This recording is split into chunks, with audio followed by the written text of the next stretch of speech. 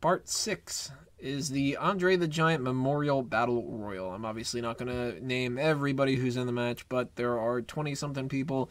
WWE has said both that there's going to be 20 people and that there might not be, you know, the whole card subject to change kind of thing. Who do you guys think is taking this? Because this could go a lot of different ways. I mean, they've built up a little bit for Big Show and Kane. They've built up quite a bit for Miz and Mizdow. There's the possibility that Sheamus returns and wins here. Fucking Ryback's even talking about how he's, you know, at the top of his career or something, which is totally not true. What do you think's happening? Is this going to be just a lull, Sheamus wins, or are we going to get something where it actually matters instead of what Cesaro happened with last year? The only person that should win this match is Damien Sandow, and it's not going to happen because lol Sheamus wins. The match itself, I'm sure it'll be average to good. It's a battle royal, and I always get a kick out of those, but it doesn't need to be on this card. Yeah. Pretty much well said. I mean, the only big surprise I would expect out of it is the worst surprise, which would be Sheamus. Now, before we get Drew and Sean's opinions, because I kind of want to throw this out there too, to talk about, if Sheamus comes back, what can they do to make him a heel right off the bat?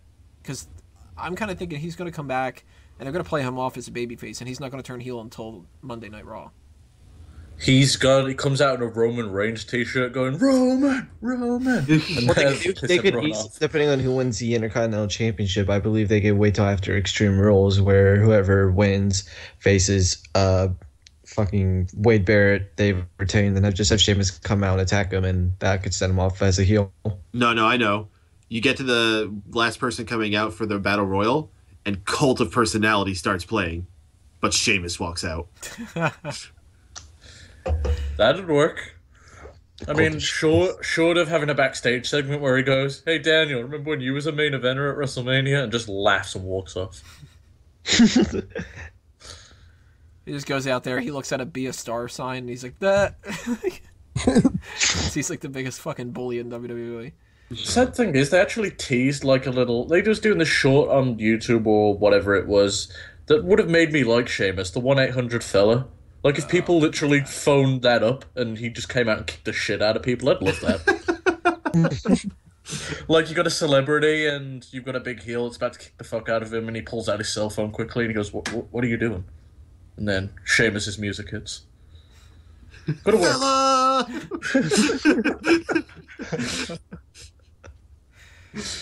What if he did something with Connor? That would be a huge. Well, to turn heel, kick him. Yeah, well, he can't kick Connor, but like they don't do that kind of heat anymore. Yeah, that's true. No. The balls to do that. Kick his mom. Be like, be a star. I'm the fucking star. I should be on. I should get the Warrior Award. Yeah. Wasn't he the guy that was paired up with Warrior in that one fucking game? That the one where they were like jacked up to crazy steroid levels. Oh, All Stars? Yeah, that one. Wasn't that supposed to be like the two of them mirror images? I don't know anything about that. Can't remember. I think so. I didn't play that game because it looked fucking stupid. Yeah, it did. People were jumping up in the air like 30 feet to do an elbow drop and shit. Pulling a Dean Ambrose. So how do they get something out of this where it's more than last year? I mean, last year, Cesaro wins. Lots of people wanted him to just get a huge push after that. What happens instead is the trophy breaks and he teams up with Paul Heyman and goes right down the shitter. Yep. How do they take this and make it mean something without giving somebody a world title shot? You see, for weeks and weeks I've been saying the biggest issue with the Andre Battle Royal is it means nothing. What do you gain from it? I got a big trophy that I have to stick in my yard because it won't fit in my fucking house.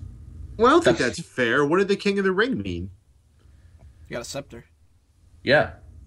During the King of the Ring tournament, towards the end, here's you the thing, got they a title built- shot at the main belt.